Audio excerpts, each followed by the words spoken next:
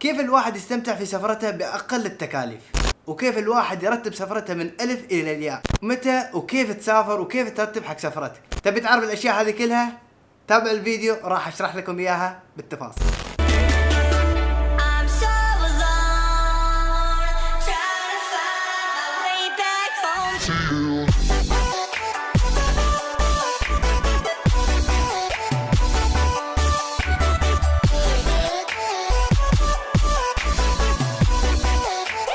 حياكم الله شباب في فيديو جديد، واليوم راح نتكلم عن موضوع جدا جميل. تجربة السفر تعتبر هواية عند ملايين من الناس. في من الناس اللي يسافر بقصد انه يستكشف اماكن جديدة، وفي بعض الناس اللي يسافر بقصد الاسترخاء، واللي يسافر للسفاري، وكل واحد له هدف معين، والسفر يعتبر هدف ووجهة. اذا ما خطط له بالطريقة الصحيحة راح يكون مضيعة لوقتك وفلوسك، ولكن اللي خطط للشيء اللي يباه بطريقة صح صدقني يوصل للي يباه ويمكن احسن. في هالدنيا ما في عمل ناجح مهما كان صغير او كبير الا بالتخطيط السليم او بالطريقة الصحيحة. وفي هالفيديو راح نتكلم عن كيفية التخطيط للسفر الناجح باقل جهد وتكاليف.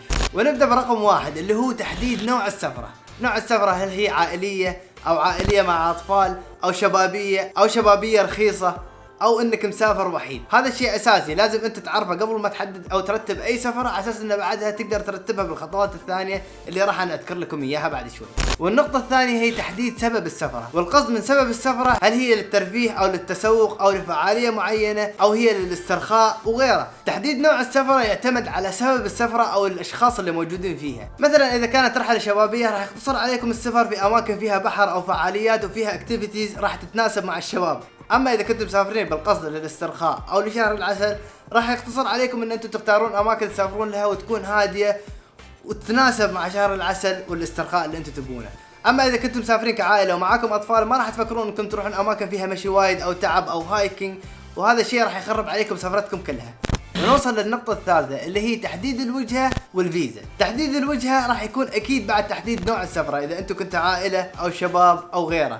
في هذه الحالة راح تقدر انت تختار الوجهة اللي انت تباها، وعند اختيارك للوجهة لا تنسى ان انت تاخذ بعين الاعتبار افضل الاوقات لزيارة الدولة هذه اللي انت تباها من ناحية الطقس والامور ثانية. بعض البلدان تكون استوائية وجوها دائما حار، خلينا نقول ان انت ما تحب الجو البارد ولكن تبغى تسافر في الشتاء، فشيء طبيعي ان انت راح تبتعد عن دول اوروبا لانه راح يكون فيها الجو بارد. بعد ما تحدد وجهتك لازم تتاكد اذا الدوله اللي تبغى تروح لها تحتاج لها فيزا او لا، والاهم من هذا كله تتاكد كم المده المطلوبه لاصدار هذه الفيزا.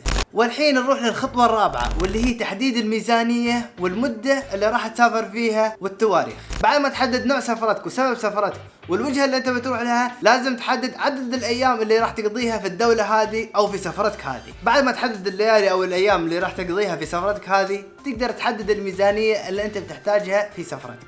ولكن الميزانيه راح تحددها على حسب نوع سفرتك انت. هل انت بتسكن في هوستل؟ هل انت بتسكن في فنادق؟ هل انت بتاخذ قطار او باص ولا بتركب تكاسي وسياره؟ هذه الامور تختلف من شخص لشخص. وبعد ما تحدد المده والميزانيه اللي انت عندك اياها تقدر الحين تحدد التواريخ اللي بتسافر فيها. ونصيحتي لك اذا انت حجزت التذاكر والفنادق حاول تحجزها قبلها بفتره طويله عشان تستفيد من العروض والخصومات اللي تصير في المواقع اونلاين وغيرها. والحين وصلنا للخطوه الخامسه اللي هي حجز التذاكر او الفنادق او Airbnb. اكثر الناس لما يقرر انه يبغى يسافر اول شيء يسويه يروحون مكتب السفريات ويقول له انا بسافر في اليوم الفلاني، احجز لي التذاكر، احجز لي الفنادق والامور الثانيه كلها. ولكن نصيحتي لك اذا انت تبغى توفر ولو كان القليل ان انت تحجز اونلاين، لان مكاتب السفريات ياخذون فوائد ولو انها كانت قليله، بس صدقني انت اولى فيها. وبالنسبه لحجز التذاكر والفنادق انا سويت فيديو يتكلم كيف تقدر ترتب هذه الامور كلها بنفسك، تقدر ترجع تشوفه صدقني ما يبالي اي شيء. وبالنسبه لحجوزات الفنادق والتذاكر سويت لكم انا موضوع من قبل يتكلم عن الامور هذه كلها وكيف تقدر تحجز الامور هذه. نوع السكن اللي راح تختاره في سفرتك راح يعتمد على الخطوات اللي ذكرت لكم اياها انا من قبل، اللي هي الخطوه الاولى نوع السفره، هل هي شبابيه عائليه مع اطفال او شهر عسل او غيره. والخطوه الثانيه سبب السفره، هل هي للاسترخاء او للتسوق وغيره.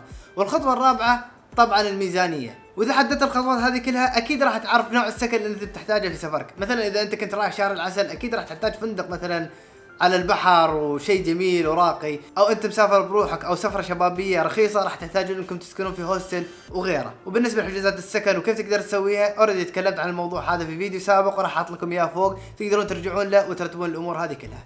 الخطوه السادسه اللي هي تحديد جدول سياحي. صدقني من اهم الاشياء واللي راح يسهل عليك سفرتك ان انت تحدد لك جدول سياحي للدوله اللي بتسافر لها او المدينه اللي بتسافر لها قبل ما تسافر. وفي اكثر من طريقه ان انت تقدر ترتب فيها رحلتك، مثل المنتديات على الانترنت او متابعه احد الرحاله على السوشيال ميديا او حتى اليوتيوب. وتقدر تستفيد اكثر من ابلكيشن تريب ادفايزر. وتذكر دائما ان الاستفاده من خبرات الثانيين راح يساعدك على رسم صوره ممتازه للتخطيط لسفرك. اذا انت كنت مسافر بروحك وانت من النوع اللي ما يحب يسوي اكتيفيتيز او رحلات بروحه، راح احط لك موقع هني راح يساعدك ان انت تروح رحلات او اكتيفيتيز مع ناس سياح غيرك. وتذكر دائما اذا انت سويت جدول سياحي ترى مو بلازم تلتزم فيه حرفيا. مثلا اذا واحد نصحك ان تروح المدينه الفلانيه لليله واحده، ولكن انت لما وصلت هناك اكتشفت ان هذه المدينه عجبتك وان انت تبغى تتم فيها اكثر، ترى عادي جدا ان انت تجلس فيها اكثر من ليله وتغير الجدول. ولا تنسى ترى الناس اذواق. وصلنا للشيء السابع وهو تعلم اللغه ولو الشيء القليل. صدقني انت تتعلم لغه الدوله اللي انت بتسافر لها راح يكسر حواجز كثيره بينك وبين الناس في التواصل. واذا انت تبغى تعرف مكان معين والامور هذه، في ناس ممكن يقول لك لا انا استحي وانا يمكن الناس يضحكون علي وغيرها. صدقني ما حد راح يضحك عليك، والناس راح يستانسون وايد ان انت راح تحاول ان تتكلم لغتهم. خليني اعطيك مثال. مثلا انت دخلت مطعم وشفت شخص فلبيني يرحب فيك ويقول لك مثلا مرحبا يا شيخ، انت راح تبتسم له لانه هو حاول انه يتكلم اللغه العربيه ولو كانت مكسره، ولكن راح تفرح انه حاول.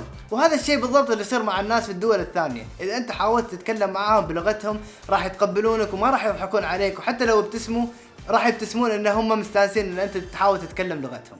والحين راح اعطيكم اهم النصائح اللي راح تحتاجها قبل السفر. اول شيء تتاكد من بطاقاتك البنكيه. ثاني شيء اذا انت كنت تحتاج تطعيمات للدوله اللي انت بتروح لها. ثالث شيء صوره لجوازك او صوره شخصيه للاحتياط. رابع شيء انك تطبع التذاكر وحجوزات الفنادق بعد للاحتياط. خامس شيء انك توصل المطار قبل طيارتك بساعتين للاحتياط. سادس شيء ان انت ما تشيل فلوسك كلها في جيبك وقت السفره، لا قدر الله تعرضت للسرقه او ضاع بوكك راح تتوهق في سفرتك وتخترب كلها. فالافضل ان انت تشيل كميه قليله من المال اللي راح تحتاجه ليوم واحد والباقي تخليه في السيفتي بوكس في الفندق. واخر نقطة ان انت تحترم القوانين في البلد اللي بتروح لها وتكون سفير لبلد. وصلنا لنهاية الفيديو يا شباب، وتذكروا دائما ترى التخطيط الناجح هو اللي راح يخلي سفرتك ناجحة وراح تستانس فيه. وفي النهاية لا تنسون تسوون لايك وشير وسبسكرايب، ونشوفكم الاسبوع القادم.